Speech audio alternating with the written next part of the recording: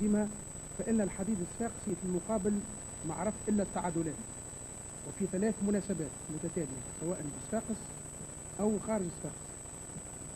والنادي الأولمبي ورغم عودة الزيتوني ولطفي الكعبي وبن حمودة فقد بالغ في عدم التركيز حتى جاءت ضربة الجزاء لتنفذ بنجاح عن طريق العياد.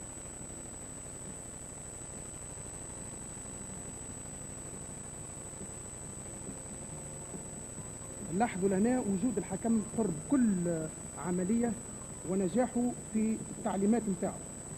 هنا الهدف الثاني لانسكاك الحديد الصفاقسي، والحكم كان أقرب إنسان إلى العملية وقد امتاز اليوم بلياقته البدنية وكان حكمه صائب في كل التدخلات تقريبا.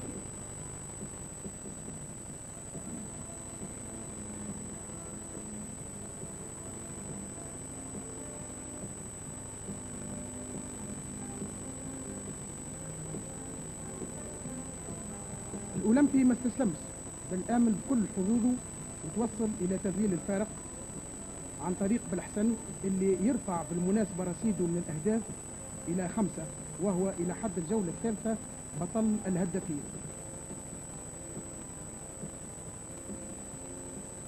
هذه إعادة الهدف بالحسن، هو فرحة لتسجيله الهدف الخامس منذ انطلاق البطولة. مرة ثانية الحكم يصيب في القرار نتاعو عندما اشترك ذا الكرة وكان واضح وأنه ماهوش هدف، هو متواجد داخل المرمى لكن الكرة بعيدة عن الخط.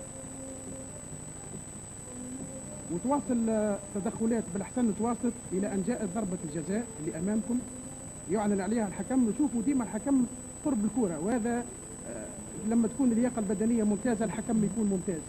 هنا شطارة ما حبش يمتثل والحكم يرفع في وجهه بالطبع الورقة الصفراء. الهدف الثاني وهدف التعادل.